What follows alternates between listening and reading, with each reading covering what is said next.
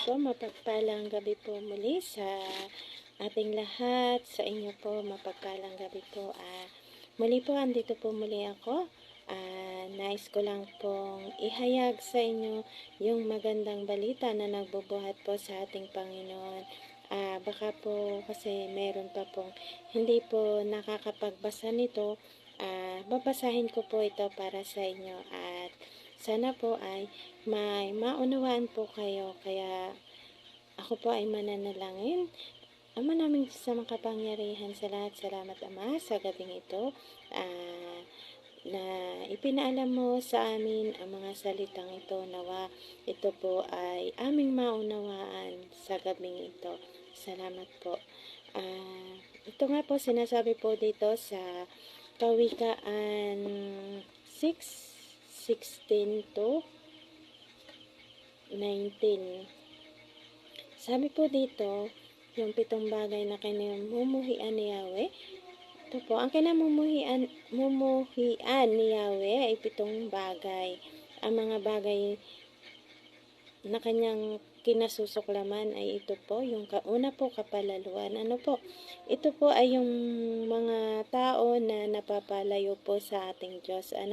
Hindi po nila naunawaan kung ano po ba yung mga magandang plano sa atin ng Diyos. Kapag tinanggap niya yung kanyang anak at sumampalataya po tayo sa kanya. Yung pong kasinungalingan, isa rin po ito dun sa kinamumuhian ni Yahweh. Sabi po dito, yun nga po, yung kasinungalingan.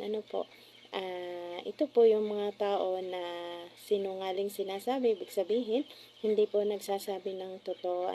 Wala po sa katotohanan yung mga sinasabi niya. Ito naman po doon sa, at ang mga pumapatay sa walang kasalanan.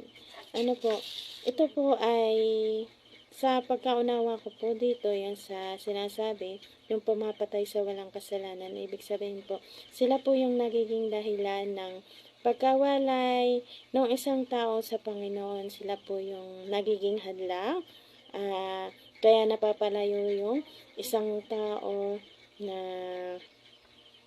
nagnanais na makapaglingkod ng ayos sa Panginoon.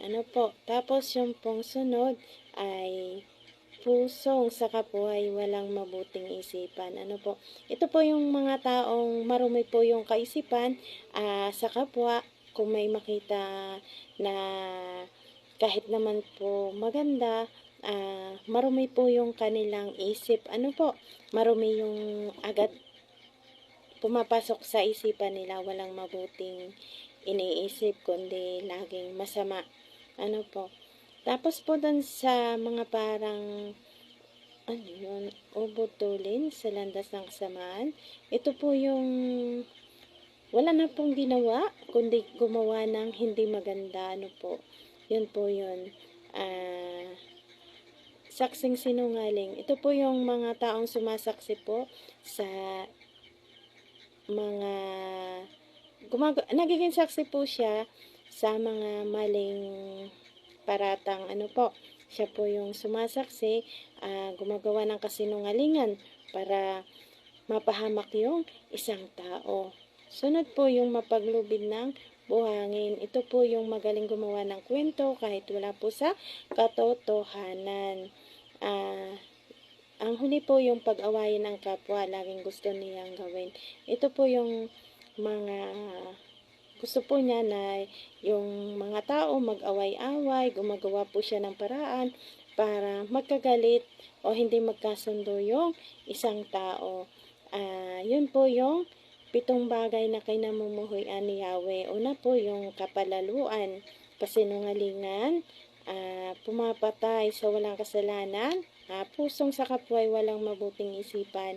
Yun. Sunod, ang ubutulin sa landas ng kasamaan. Sunod, saksing sinungaling, mapaglubid ng buhangin, higit sa lahat. Yung panglas, pag-awayin ang kapwa, laging gusto niyang gawin. Sana po may nawanawaan po kayo sa aking sinabi. Lahat pong ito ay kinamumuhian ng ating Panginoon. At sana po tayo na nakapanood nito, sana kahit